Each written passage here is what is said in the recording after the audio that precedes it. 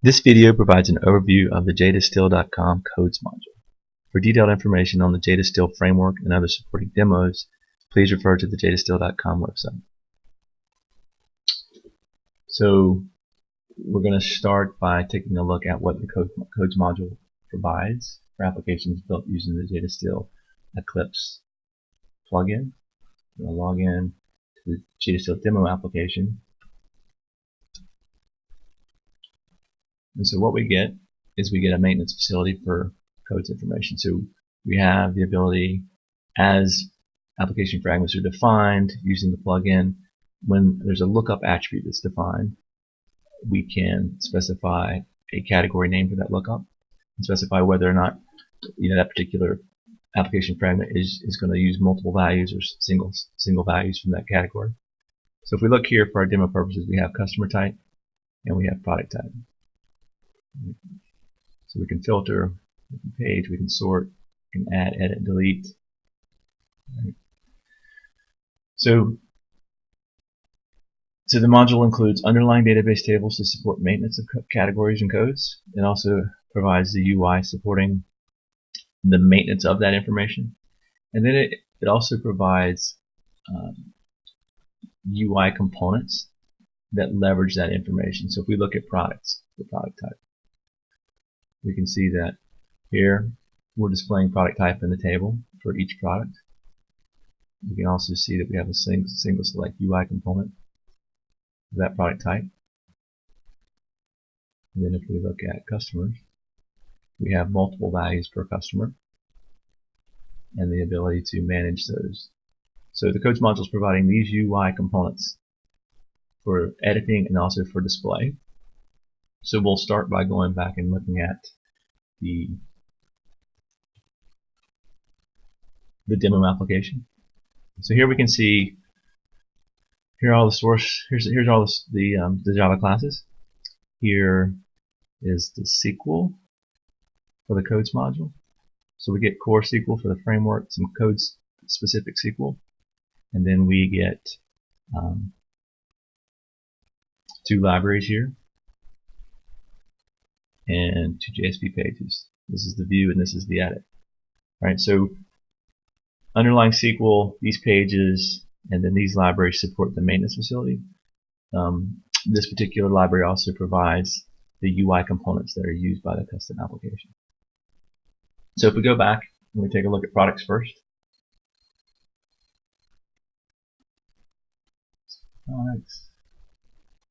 So here we have a table. Per product, we're displaying whatever that product type is. So we go down, first things first, we look at the top of the page.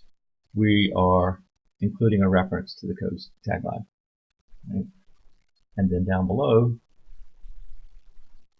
we're making use of that reference. So here, we're using a codes display list component. And we specify the field ID associated with the domain object, in this case product type, and then the category ID. In this case, it's product type. Right? So basically the component's using this as a means to look up what the available values are. And it's using this particular value from the domain object to display the value in this case, since it is a displayed list. Okay, so if we go back and we look at edit, single drop down, single value select, and then we look at the edit page. Obviously we've imported the codes library, and then we have just a list that we're using since it's a single value. Again, same concept. Here's the field ID associated with the domain object. Here is the actual domain object, and then here is the category ID to use for reference data. Now these are in the case of products. Let's go back here. It is nested in a table, but the component is smart enough to only retrieve the reference values, or the available values, if you will, one time for the page. Okay. So now let's go back and let's take a look at customers. Okay, so then here we have multiple values. If we look at the corresponding page, we can see we're using a display multiple list. Again, this is nested in a table, so the domain object's implied. We have a field ID from that domain object, which is a customer, and we look for customer type, and then the category, obviously, is customer type. Back to the application. We look at the edit capabilities. This is how multi-values are handled. And if we look at the page, ASP page, here we have the code's multiple list. And what we're specifying here is a customer type, and whether to display headers in this case or not. This is the category ID used to reference the values. And then the multiple list group represents the actual data associated with that domain object. So here our domain object is a customer, and the field ID we're interested in is customer type. The reason there are two tags is because this component, the multiple list component, support specifying multiple list groups. And we have an example of that in our security module in the edit role interface. So let's pop back over to the application. Get out of here. We'll go into roles. So here is an example where we have, for a domain object, we have a set of fields that are available for selection. And then we have, for a role, two properties, a read-only fields property and a restricted fields property. And so that allows us to take available values and assign them to one or more distinct properties associated with a domain object.